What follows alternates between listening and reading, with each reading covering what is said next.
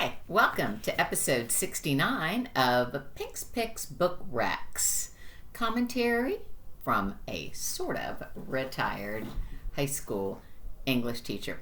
Today's somewhat similarly titled novels are Susan Meissner's. You may remember her from episode 58, The Nature of Fragile Things, and Kristin Arnett's Mostly Dead Things. But before I delve into discussion, I'd like to address the nebulous nature of things, one of the most reviled words of writing instructors. As a general rule, we say too vague and be definitive. However, we also revere a well-used exception. If, in the context of the works, fragile things makes perfect sense, then dead things is perfectly brilliant. Meissner's title is derived from the anaphorical lines, "It is the nature of the earth to shift. It is the nature of fragile things to break."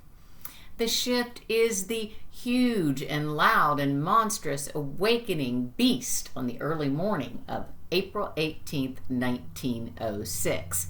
The San Francisco earthquake broke apart major water mains, burst open gas lines, which then started dozens of fires, 500 city blocks, and 28,000 buildings were destroyed.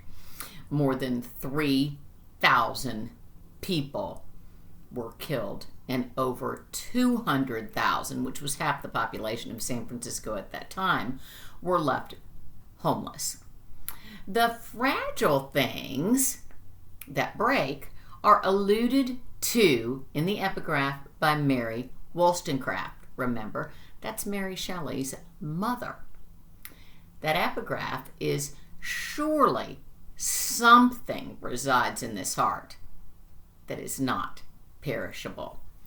Narratively, every event evolves from or revolves around the day of the disaster. Thematically, in addition to the cataclysmic act of God, Meissner includes myriad man-made messes: infidelity, spousal abuse, secrets and lies, actual and attempted murder, as well as multiple identities. Protagonist Sophie Hawking says, "When people are thrown into an abyss and together find their way out of it, they are not the same people. They are bound to one another ever after, linked together at the core of who they are, because it was together that they escaped a terrible fate." Thus, it is the nature of friendship that provides recovery, restitution, reinvention, and renewal. Set over a century later, on the opposite side of the United States, the dead things in Arnett's quirky, think an LGBTQ Carl Hiaasen or a John Irving if he featured the Sunshine State book, are the specimens in the family-owned taxidermy business and protagonist Jess's mostly broken heart. Dead Things has been called macabre and irreverent, gorgeously twisted, madcap, poignant, hilarious, deeply morbid, and full of heart. Descriptions that may not appeal to everyone, but definitely speak to me. There are so many things that I love about this novel. Arnett's structure, she begins with two epigraphs. One comically, a t-shirt proverb, and the other a quote from author Thomas Harris. Remember, he wrote The Silence of the Lambs. And also the structure of every other alternating chapter being set in the past, jumping around in time with thematically linked moments. I love her realistic sibling dialogue between diametrically opposed personalities. I love her depictions of Central Florida, both the beauty and the bawdiness. Her depictions of animals prior to and after being stuffed, and her treatment of absent characters. Jessa says, memories of Bryn put razor blades in my stomach, never butterflies.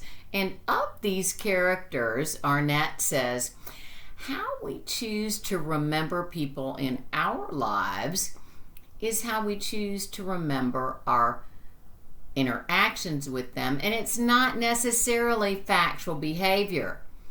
It's more about how we want them to be preserved in our minds, which to me is a form of mental taxidermy. I just made that up. Anyway, that's an exercise we all perform. And finally, I love that Arnett is a former librarian. For ingenuity alone, I give Mostly Dead Things an A+. I give The Nature of Fragile Things an A. I love this story, but at times I did feel that maybe it was just a little bit too chick-litty. I just made that up too, for me. Next episode, I will discuss graphic novels, a new genre for me. Until then, have fun, but be safe, make good choices, and do your summer reading. Bye-bye.